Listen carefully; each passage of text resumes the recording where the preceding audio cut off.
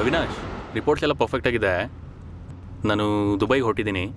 ಬ್ಯಾಂಗ್ಳೂರಿಗೆ ಬಂದ ತಕ್ಷಣ ಎಲ್ಲ ಅಪ್ರೂವ್ ಮಾಡ್ತೀನಿ. ಓಕೆ ಓಕೆನಪ್ಪ, ತರ್ತೀನಿ. ಸರಿ, ಆಯಿತು, ಬಾಯ್.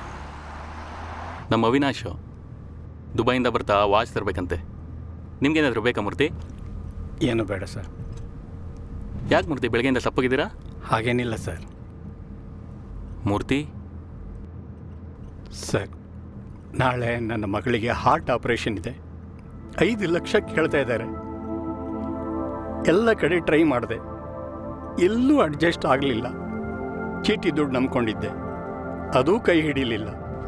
ನನ್ನ ಕೇಳಬೇಕಲ್ವಾ ಮೂರ್ತಿ? ಸರ್, ಫೀಸು ಅಡ್ಮಿಷನ್ ಅಂತ ಈಗಾಗಲೇ ನಿಮ್ಮ ಹತ್ರ ತುಂಬ ಇಸ್ಕೊಂಡಿದ್ದೀನಿ. ಮತ್ತೆ ಕೇಳೋದಕ್ಕೆ ಮನಸ್ಸಾಗಲಿಲ್ಲ ಸರ್. ಅಯ್ಯೋ, ಅದರಲ್ಲಿ ಏನಿದೆ ಮೂರ್ತಿ? ನಾನು ಬೇರೆ ಚೆಕ್ ಬುಕ್ ತರಲಿಲ್ಲ.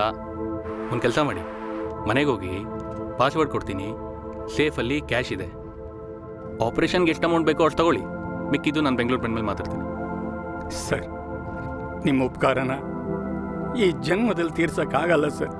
ಅದೆಲ್ಲ ತಲೆ ಕೆಡಿಸ್ಕೋಬೇಡಿ ಮೂರ್ತಿ, ನೀವು ಆರಾಮಾಗಿ ಗಾಡಿ ಓಡಿಸಿ ಸಾಕು.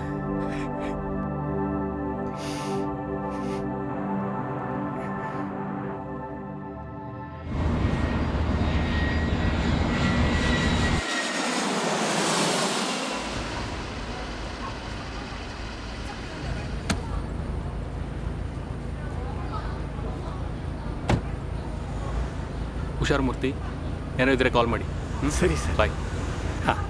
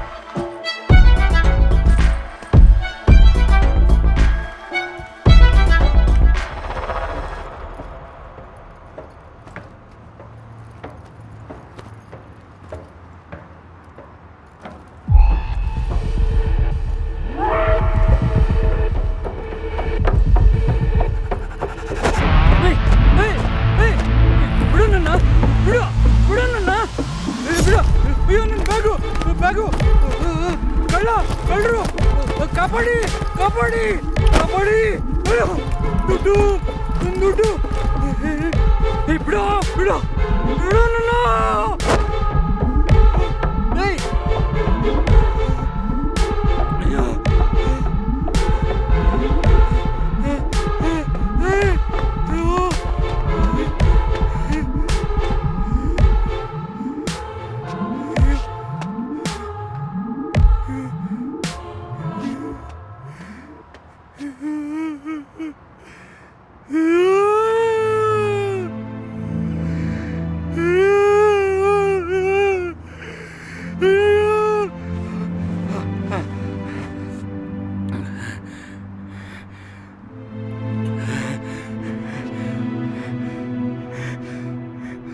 ಸರ್, ನಾನು ದುಡ್ಡು ತಗೊಂಡು ಬರ್ತಾ ಇರ್ಬೇಕಾದ್ರೆ ಯಾರೋ ಕಳ್ಳರು ನನ್ನ ಬ್ಯಾಗ್ ಕಿತ್ಕೊಂಡು ಹೊರಟೋದ್ರು.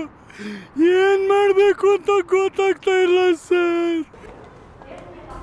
ಸರಿ, ಒಂದು ಕೆಲಸ ಮಾಡಿ, ಮತ್ತೆ ವಾಪಸ್ ಮನೆಗೆ ಹೋಗಿ ಮಿಕ್ಕಿರೋ ದುಡ್ಡಲ್ಲಿ ನಿಮ್ಗೆ ಎಷ್ಟು ಬೇಕಷ್ಟು ತಗೊಳ್ಳಿ. ಅಯ್ಯೋ